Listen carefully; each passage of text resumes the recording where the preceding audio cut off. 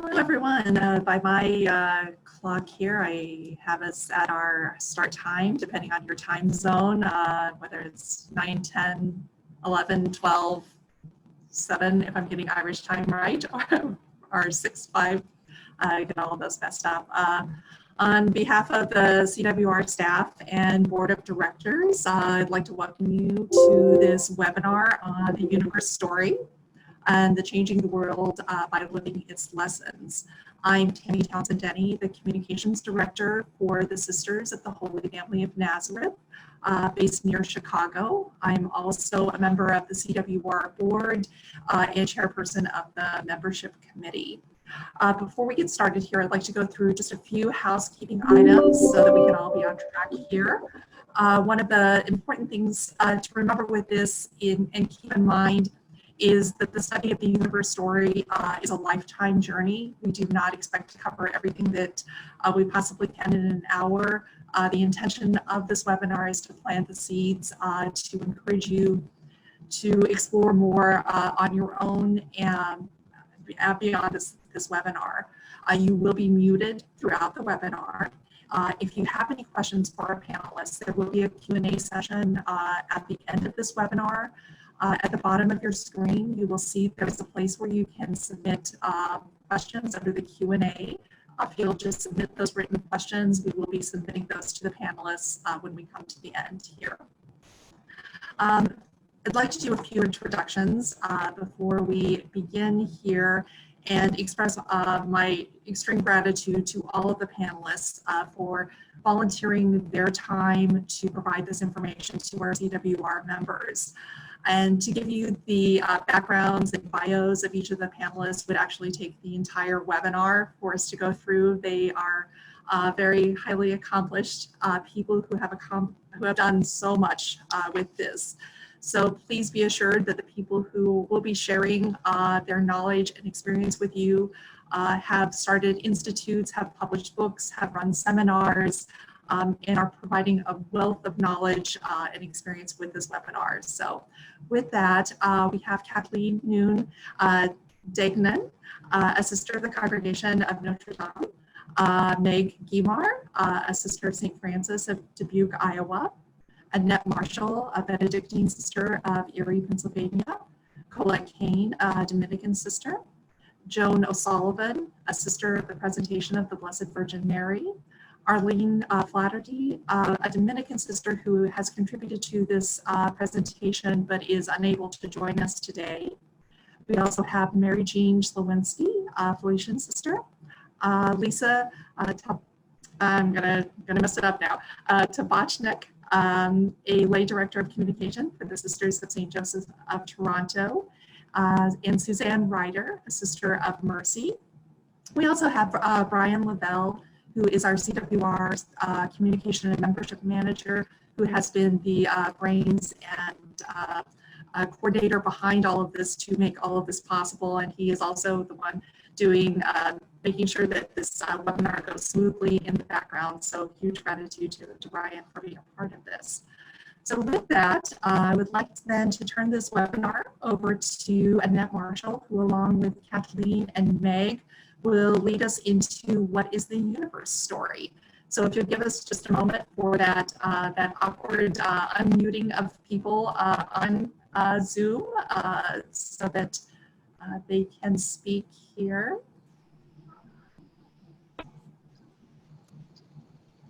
Great. And Annette, whenever you are ready. Well, first of all, I'd like to simply express the joy that all of us have in sharing this information.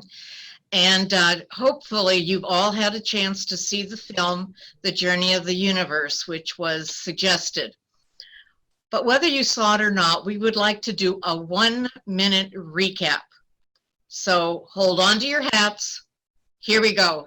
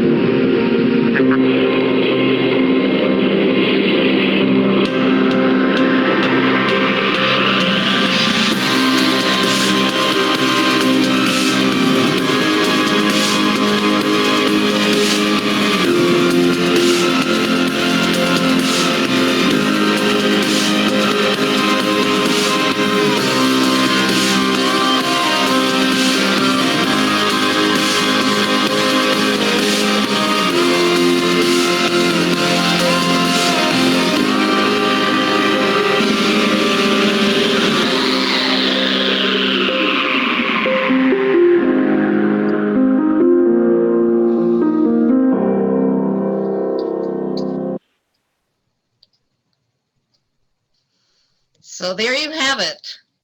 1 minute of a long, long story. The universe story broke open my heart to know the love of God, and that's probably why we're so excited to share with you. This would be both in the cosmic sense and in my own personal life. Since my high school days, I have tried to grasp an understanding of who God is and what is my relationship to God. No matter what I read, study, hear, I was never satisfied. As a longtime science teacher, I love exploring what the new science has taught us, but that's really only a small part of the impact of this story. I cannot really explain it, but when I ponder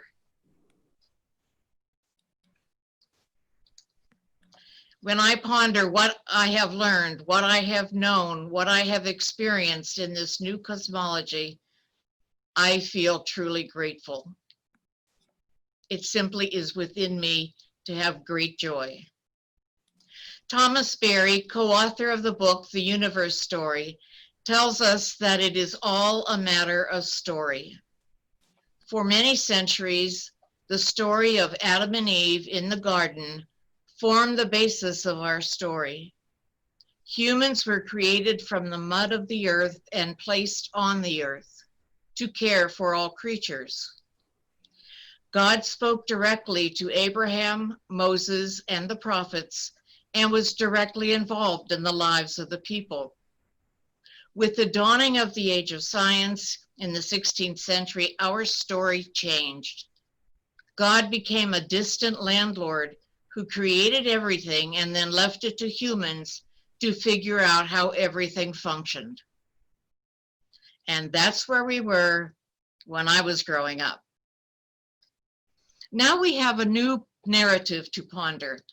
Everything, a blade of grass, huge galaxies, our beloved pets, and I myself, everything began in that mighty explosion of energy at the beginning of time. Everything that would ever be was there in potentiality. We have learned that we are not placed on the earth. We developed from the earth. The story of the universe is not the story of evolution of something out there. It is the story of creation and our kinship with the majestic lion, the rivers, the stars, and the simplest of algae. We all come from the same source. Once I know this, I realize that the way I treat the earth is the way I am treating my relatives. This is our story. The stars are our ancestors. We are the universe consciously reflecting on itself and saying, wow. Meg, would you pick up, please? My background is biology, chemistry, earth literacy. So I also come from a scientific perspective. And it's a perspective that's based on proven evidence that has an order that makes sense to my little brain. But it still is filled with amazement and awe. Because when you look under the microscope, there is awe at what you can find in just a drop of water. For me, there was awe in teaching the physiology of a nerve impulse and realizing how fast that has to move. So for me, this story is a gift of beauty because it helped put all those biochemical processes together that for me make sense. And it doesn't take away or negate my faith or spirituality. I found that it enriched my spirituality, and it was a melding of science and religion. There are a lot of principles that you can talk about in this story. There's differentiation, interiority, synchronicity, there's harshness, there's harmony. But I chose to just talk about two. And this is, again, from kind of a scientific viewpoint. So in the beginning, there's nothing, and then there's flaring forth. And in that flaring forth, there are all these little elementary particles that form. But they pop into existence, and faster than you can snap your fingers, they disintegrate. But in some cases, some of these little particles come together and they form a proton. And now they can stay in existence. And some other little particles come together and they form a neutron. And now you have some of these particles that can stay in existence because they are in a relationship. And they join with an electron, and now you have a simple atom of hydrogen. But even that will start to disintegrate because out there it can't stay in existence. But if it joins with one other little atom of hydrogen, now we have hydrogen gas molecule, and it will stay in existence longer. And so as you follow the story from those beginning particles to the hydrogen molecule, to the stars, they stay in existence longer because of relationship. So follow the story that way. Intertwined with relationship is connectivity. Everything is connected. Everything is connected by these little atoms, so we are connected at an atomic level. And those little atoms come together and they form elements and bigger molecules, and so we are connected chemically.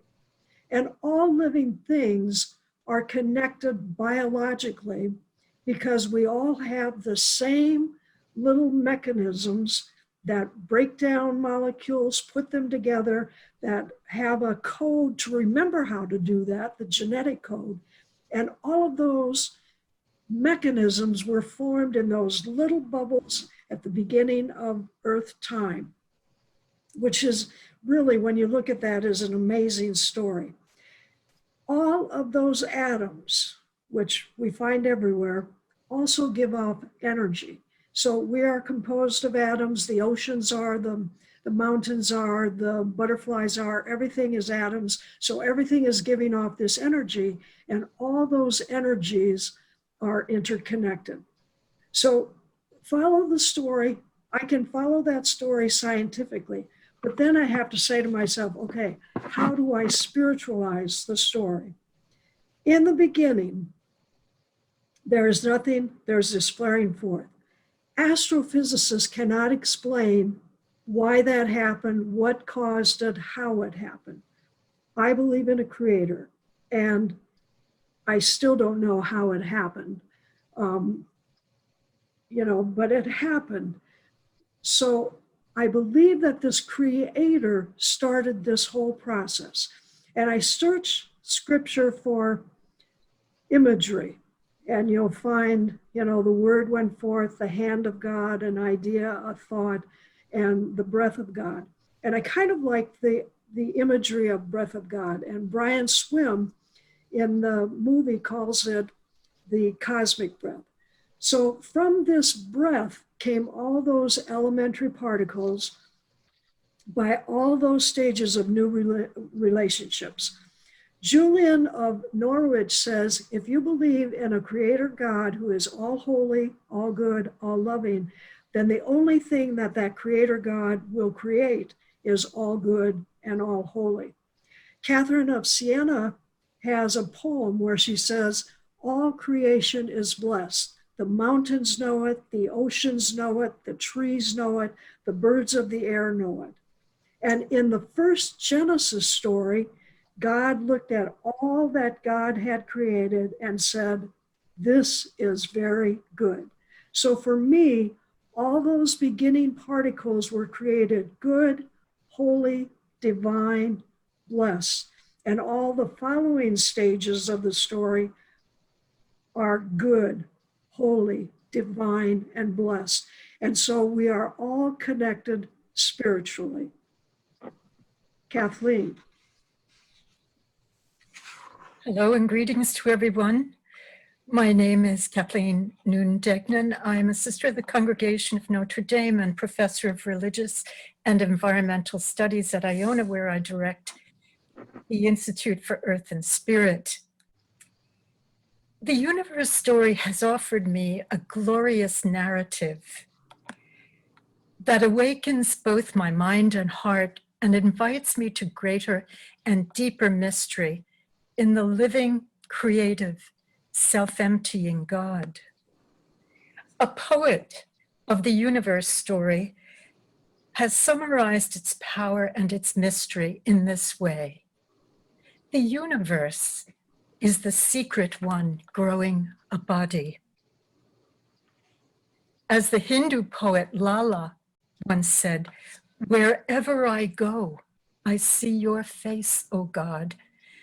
And this universe story has taught me the still unfolding alphabet of divine creativity so that I may recognize the myriad faces and traces of the beloved God and the language through which this living mystery expresses itself and speaks to me and speaks to you and speaks to us. The universe story has become for me the scripture of creation, and it's revealed to me the mystery of divine incarnation, which is the central mystery of our Christian faith. And it has taught me how to read the book of nature in its original language. The story has given me a way to live into that moment by moment awareness of God's creative presence manifesting itself everywhere, in everything. Father Thomas Berry, who taught me this story over many years of study with him at Fordham University, says that this universe is not a collection of inert objects for analysis or use, but a community of living subjects bearing divine life as their true, ever unfolding nature. And so thus we are. When we live into the story deeply, we begin to live in a joyous, reverent, and sacrificial communion with all. We come to hear a call within the story, offering us a way to craft our own destiny with it. And it is our task to live into this realization.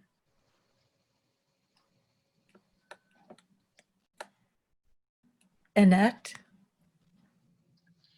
Well, we have only recently come to understand that the universe is expanding.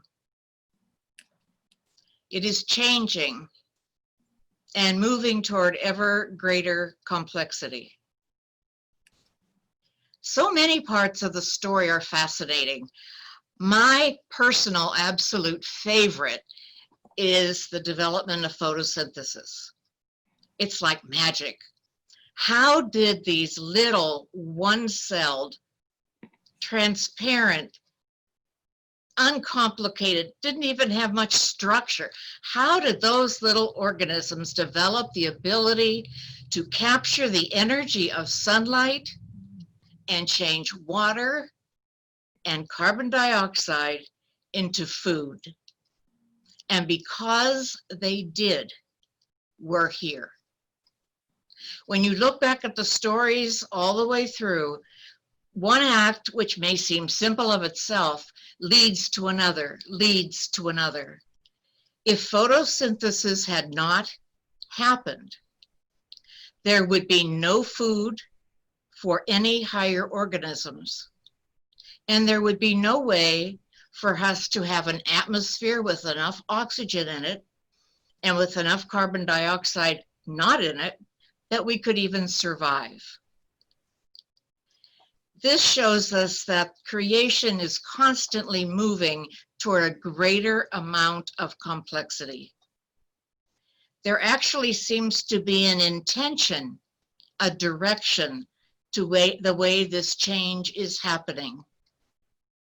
Now, I'm not one that believes that God is treating the universe like a puppeteer treats a puppet, jerking the string this way and jerking the string that way to make things happen. But I do believe that back at that beginning, somehow God, in the perfect creativity, energy of God, in that perfect creative act, sent forth all that was to be with some kind of an inclination toward complexity. How it happens, happened naturally, but that it would happen came from destiny. It's taken the universe 13.7 billion years to evolve to what it is now. It has taken humans 250 years to pollute the waters and to accelerate the changes in our atmosphere that are causing unprecedented extinction of species and devastation to our climate. That's part of the story too. It's our part of the story. We have a choice. We can help the story of evolution move ever strongly, ever more directly toward that greater complexity, or we can cut it off and change the direction. It's our choice. If we realize the role that we as humans have in this billion-year-old story, we would not do some of what we do. Meg? So this story is not a static story. It's a dynamic, it's a continuous unfolding. There is always something new being created, and the story isn't finished.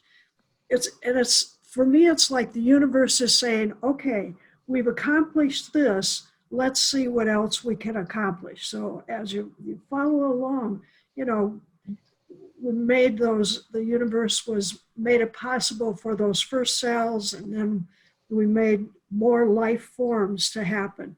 So I think it's just going to keep moving. All creation contributes to the consciousness of the universe. We have a level of consciousness that is self-aware, self-reflective, able to communicate that self-awareness in symbols, in words, in poetry, in music, in ritual.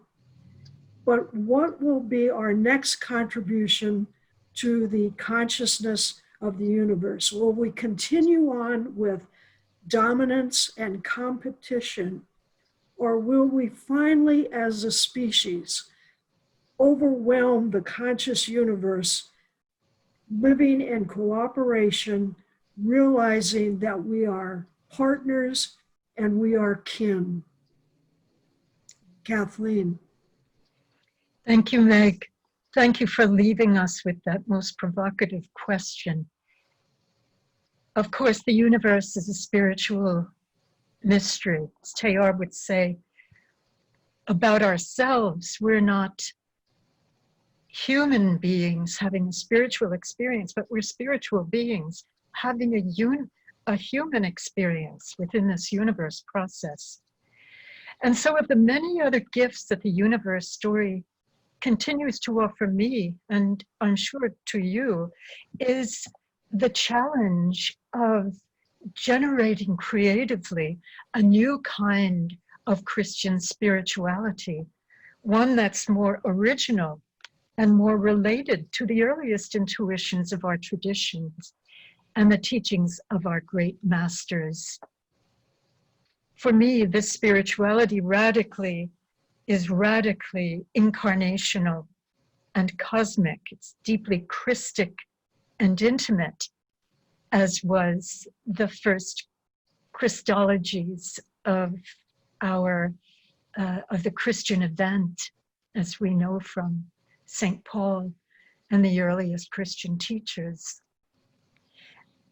For me especially, the story of the universe invites me into a spirituality of unknowing. It's a spirituality of letting mystery be mystery. and of teaching me to refrain in ever so many ways, whether in the most particular facets of my life or the most profound and intuitive, exploratory features of my life.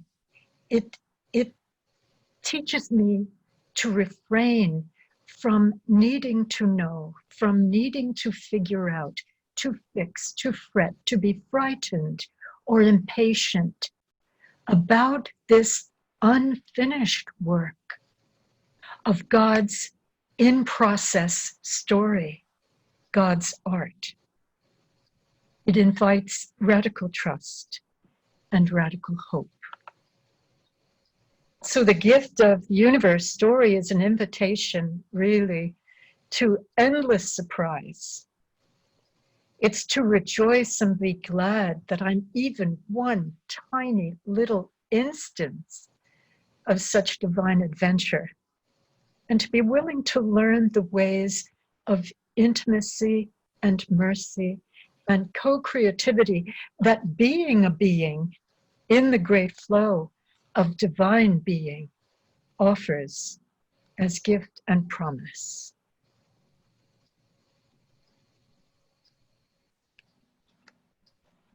Thank you to Annette, Meg, and Kathleen for that beautiful introduction to the universe story and the depths and complexities of it. I'd now like to invite Colette to share on how the universe story has influenced women religious. And we will have Colette unmute. Hello, Tammy. Thank you. I think through women religious who have been steeped in your story can hear how it is challenging, helping them to change the horizons of their thinking on spirituality. You could say very colored every dimension and challenged at every dimension of religious life. 30 years in our spirituality, as we've just been hearing, how we pray in our ministries, how we work towards right relationships, and the ethics of that, being humans on the earth within an earth community. Theology, for as we have to speak and naming towards God, are quite different from when I joined 30 years ago. Great, and it has challenged us how we live the vows. Together some slides, some photographs, some quotations, a little I thought might help thread this hugely influential story. So I will begin.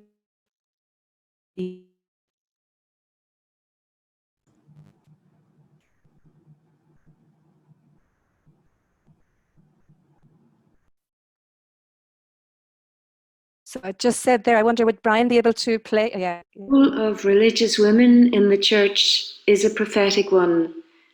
Forth tellers, reading the signs of the times, as in biblical times, calling the people to fidelity, to right relationships with God, the land, and the community of faith. Critiquing injustice within and outside of religious institutions and society of the day, just as Jesus did. He was a voice for the Anawim, the poor, marginalized, the untouchables, the voiceless, preaching good news of the reign of God and of healing, salvation for the whole cosmos.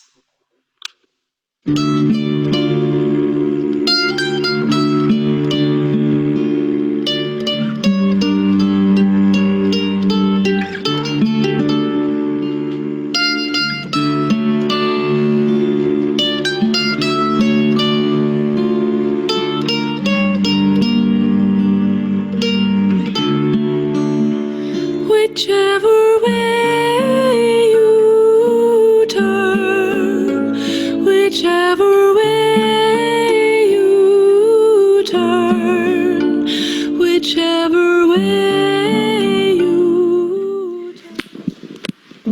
biggest learnings is that all of creation is alive. I grew up on a farm. We respected the land, but we never said it was alive. And so that's a deepening insight for me. I think that we finally are starting to move from being androcentric to ecocentric, from being dominating culture to more inclusivity. At least that's the hope of those of us who are taking this course as we seek our own conversion. And I will just close by saying that we indeed are the imaginal selves that can make that happen. Whichever way you turn, there is the face of God. Whichever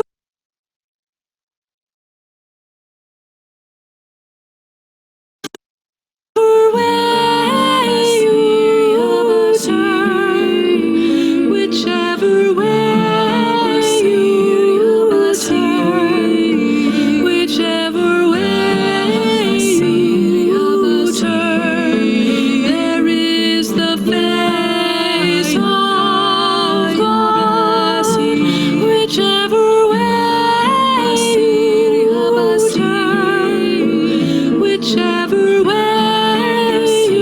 you turn, whichever way you turn, whichever way you turn, there is the face of God. Whichever way you turn, whichever way you turn, whichever way you turn, there is the face of God. Whichever way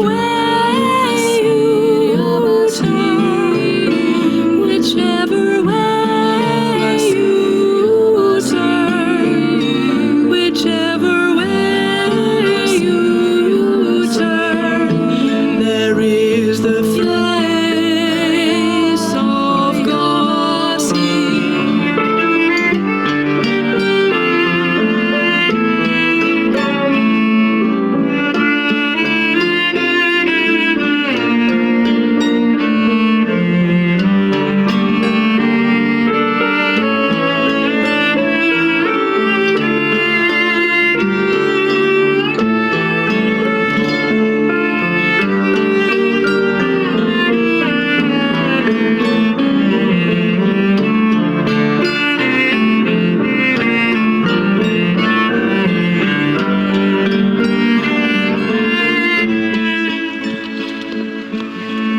For me, I think the religion is not only me and God, but the whole universe.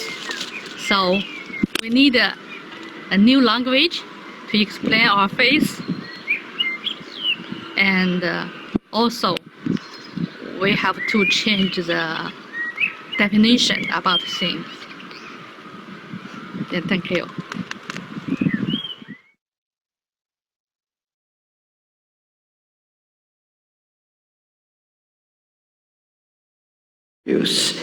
And we're now waking up to the fact that we are one with all creation, one with the planet, one with one another, one with all the life that is here on this beautiful planet of ours. So it is a mind shift, a change of consciousness that's happening. And what we try to do here in our farm and in our courses, in our ecology center, is try to deepen our own personal awareness of how important all these relationships are. And we also then try to promote them in how we care for our farm, how we promote wildlife on the farm, how we grow food which is organic and healthy and without chemicals. We try to promote health and healthy living, because we believe that our present way of life is unsustainable. What we try to look at is a deeper ecology, where we learn to understand that we are one with all creation. We are one with one another. What we do to the planet, we do to ourselves. And we all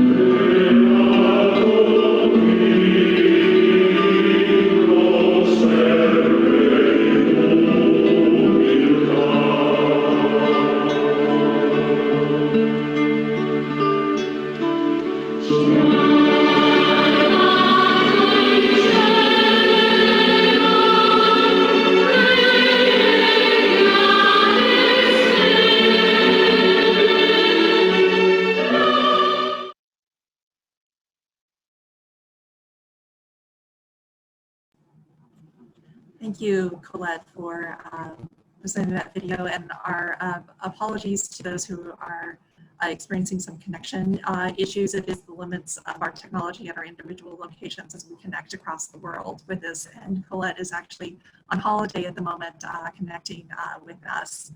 So now I would like to turn it over to Jean, who will introduce us to how the universe story is applicable today.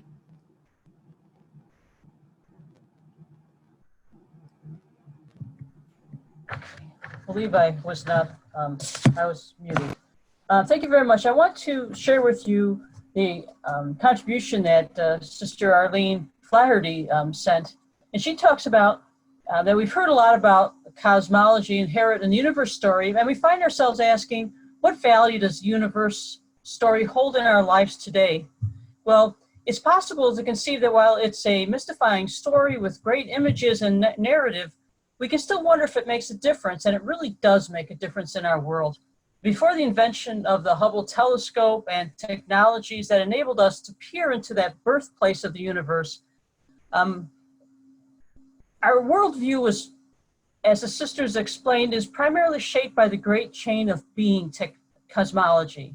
So that is a way of understanding the world and saying that God is imagined somewhat as a great clockmaker up there, and he winds up the creation and beginning and benignly observes it from a distance somewhere up in the heavens. And that cosmology presented creation as hierarchical and as dualistically designed. So the God's at the top of the great chain of being. You probably heard that in your schooling, along with heavenly spirits. And humankind is much lower down that chain, with women subordinate to men. And as that chain developed, people of color, animals, plants, and insects occupied lower portions of that chain. So relationships then also were largely seen as oppositional, women versus men, humankind versus creation, and so on and so forth. So there became beliefs of superiority and inferiority, and attitudes and practices and systems and structures and forms of violence, which kept that sort of hierarchical dynamic in place for centuries.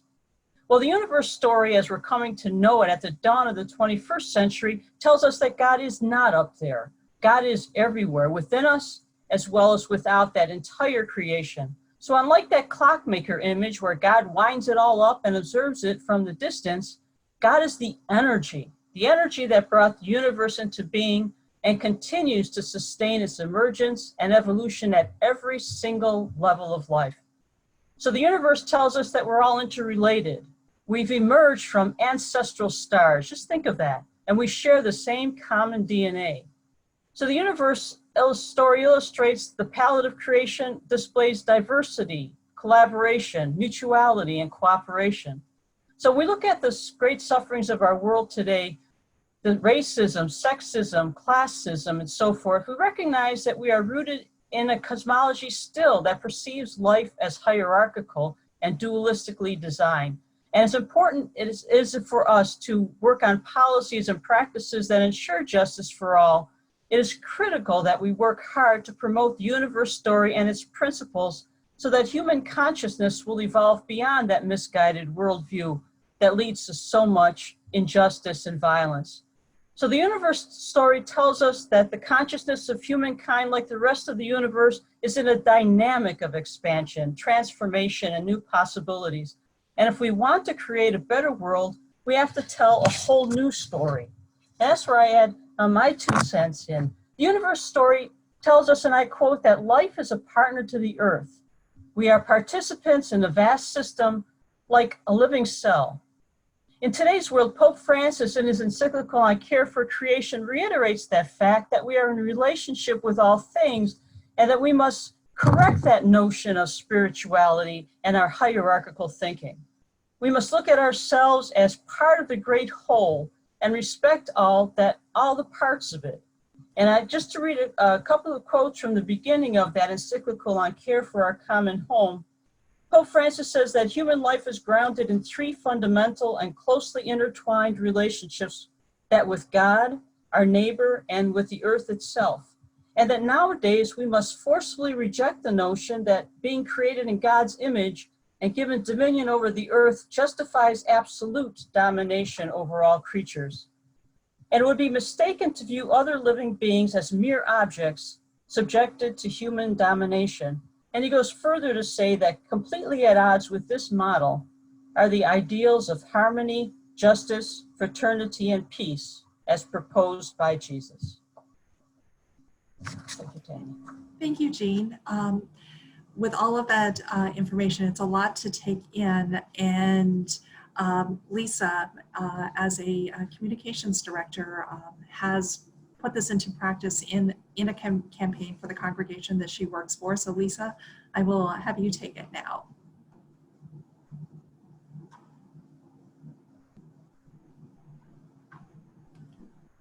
I was still muted. Hi, everyone. There you go. Great to be in such wonderful company. And yes, I'm in the communications director for the Sisters of St. Joseph of Toronto. And I worked with my colleagues in our social justice ministry. And we've started a campaign at the beginning of May called The Creativity of Love. I think Brian's going to put up some slides. There's kind of an amalgamation. So this is kind of a modern day interpretation of the universe story, in that some of the ideals that are reflected in the story, connectivity and relationships with all beings and all plants, animals, and humans, is reflected in our campaign. So we don't just talk about the earth. We do talk about poverty. We talk about prison reform. We talk about green technology, migrants, refugees, racism, foreign policy, etc. But we do refer back to originally the theme for Creativity of Love, of course, is from Pope Francis's message in April, I believe, where he says, even if we are isolated, thought and spirit can go far with the creativity of love.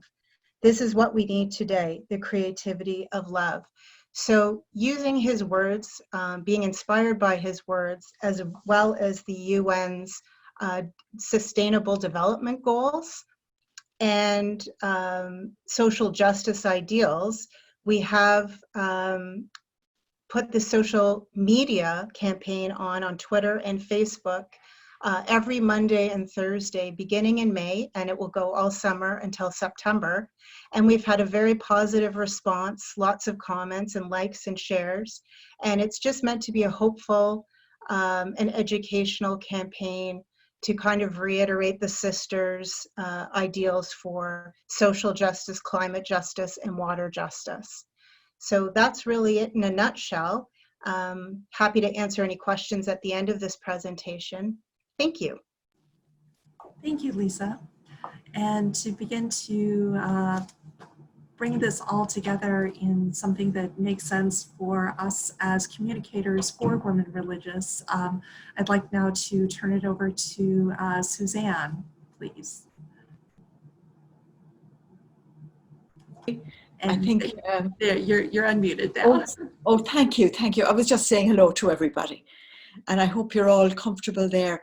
And I'm just wondering how you're all feeling, because I just hope that, like myself, you're feeling an excitement and a stirring of the spirit, because really this is a magnificent story, the universe story. So if you saw, as you were invited, to the Journey of the Universe by Brian Swimme, he finishes, as we're beginning in the story to see the difficulties that there are, he says, but come here, will you start, could we maybe start with wonder? And that's what I hope that we're beginning to do, having heard so much of the story. And I realize that we all work to some kind of a job description, and the job description may not have specified the universe story. And yet I hope that we're all beginning to see that it's so important to tell this story and to bring it out. Now, COVID-19 is a cry for help from the universe. And one way to address it is to pay heed to the wisdom in the universe story, so that we might recover our natural relationship with Earth. And as we've been hearing as well, women religious have been pioneers in the telling of this story, many having had the great fortune of studying it in depth. And many, as we've also heard, have gone as far as establishing ecology or earth literacy centres, where there they continue to educate others. In my own province, in the west of Ireland, the Prophetic Sisters and the Earth Centre on Gorgine, which means the garden, have this educational outreach, which is so important, under the headings of sustainable horticulture, sustainable energy, and sustainable building. Because if we're going to be around, we have to not just waste everything in front of us, but build up sustainability. As we move towards relating more harmoniously with the earth. And this, as we've already heard, is part of our prophetic call. And as we read the signs of the times and respond to needs as they emerge, today the universe story, and more particularly as we've just heard there, Laudato Si, calls us to raise our consciousness to the cry of earth. And because we know now that the cry of the poor and the cry of the earth are one. They're one call. And our new emerging spirituality is seen in congregational vision statements as we express the sacredness of all life and the interconnectedness of the web of life. Many sisters, of course, have been stretched beyond the norms of church rules, discovering new images for the divine and new rituals to express the divine human relationships. So what I'm going to do now is to show you some resources. Many of you will have been involved in building them, and they won't be new to you, but just to look and see what is there. And because looking then, as you are, I'd invite you to see, are there ways that you could begin to imagine how to bring them into mainstream media? So I know, Brian, you're going to give us the first one, which is the first graphic. As you see, this is the presentation icon. They asked Mary Southard to write this icon. And just gaze on it. Do you see the harmony in there? Do you see how humankind, and in all humankind strands, are sitting around a circular table? And around that, so much of the natural world. And in the write-up on it, which we're going to see now, you'll notice it's called the Communion of Life. Excuse me. And it's the Earth's communion of life. It's not very clear, Brian, but you can see it in the icon itself.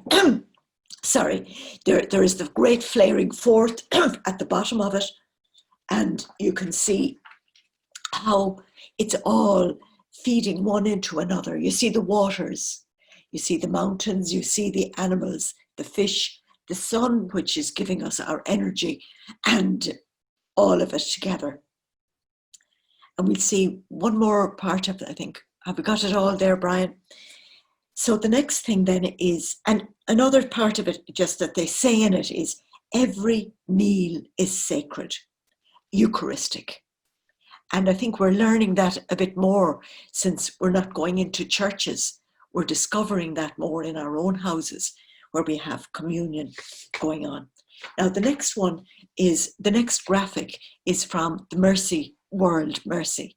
And this is just the tip of the iceberg of resources that are freely available on the internet. It's called, under the thing of Mercy Global Presence. And you notice the central part of it there. So like the presentation icon. You see this, again, a circular table. This one is actually showing all the faiths are represented around this, the faiths that have emerged through human history. And then at the side, you'll see some questions. And here, the first one is, who are we if not kin? Where is the table where we could sit together? So there's some of the graphics. And the next thing I'd like you to see is, it's a piece that was developed by the SSND sisters, the School Sisters of Notre Dame. And you'll see in it how the earth is interlinked with their vision. So we're going to see just 2 minutes of that, 2.5 minutes.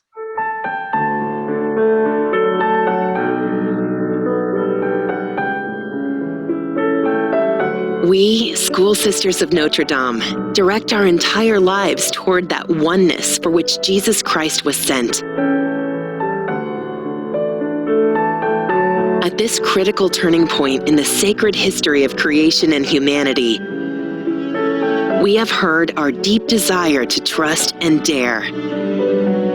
Woven throughout our Constitution, you are sent, as well as love gives everything. The directional statement of the 24th General Chapter is this invitation to oneness. As Jesus expressed in his prayer, that all may be one, oneness is the divine design for life calling forth from us as Christians and as School Sisters of Notre Dame, a commitment to nurture and generate unity through our lives and our mission. As we grow in our understanding of the way in which all creation is ordered, we realize that unity is not the same as uniformity. Rather, diversity and interdependence is critical to the balance and thriving of all life.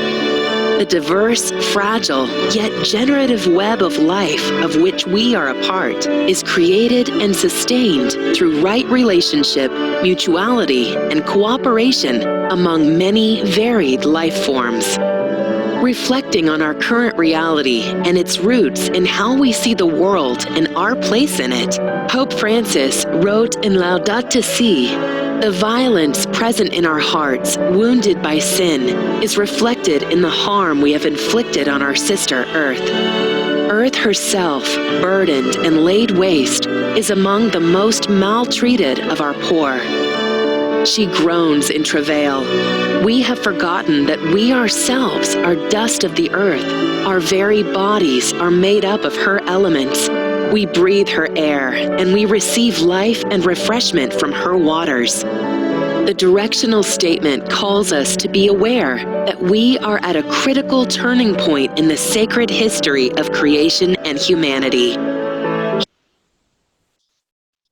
And finally, we're going to look at 3 more photographs of the Cosmic Walk. They come from Antarshuk. Colette, who spoke earlier, is the director of Antarshuk in Ireland, in Wicklow.